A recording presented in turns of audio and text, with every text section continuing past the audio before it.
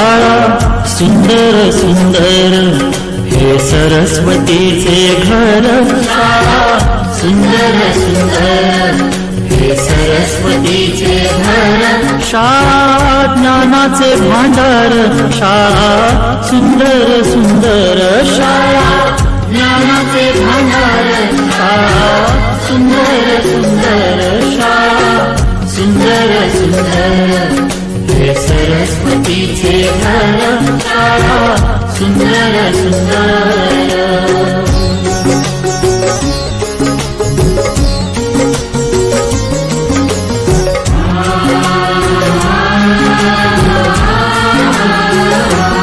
शाळा तुमची फुलबाग देई सुगंधित रंग, शाळा तुमची फुलबाग देई सुगंधित रंग, संस्कार आणि आरोग्य, शाळा उजळे ते भाग्य, संस्कार आणि आरोग्य, शाळा उजळे ते भाग्य, देई जीवना आकार, शाळा।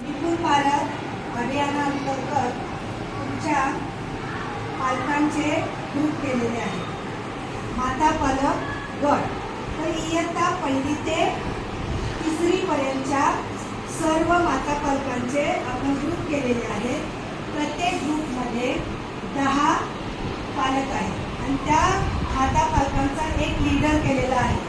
प्रत्येकाला त्या ग्रुपला तुम्हाला नावं दिलेली आहेत। इयत्ता 1लीसाठी फुलांची नावं दिलेली आहेत, 2रीच्या गटाला आपण कलरांची नावं दिलेली आहेत, 3रीच्या ग्रुपला फळांची नावं दिलेली आहेत। आणि जे विद्यार्थ्यांना आम्ही जो नवीन घटक आहे तो शिकवण्यासाठी शाळेमध्ये विविध प्रकारे आम्ही असे उपक्रम घेऊन त्यांना शिकवलं जातं, परंतु जास्त काळ हा पाल्य तुमच्या जवळ असतो, घरी असतो, म्हणून तो घटकाचा सराव झाला पाहिजे, तो चांगल्या प्रकारे आत्मसात झाला पाहिजे, म्हणून तुम्ही पालकांनी अशाच प्रकारे आपल्या घरी सुद्धा त्यांचा काय करायचा आहे, सराव घ्यायचा।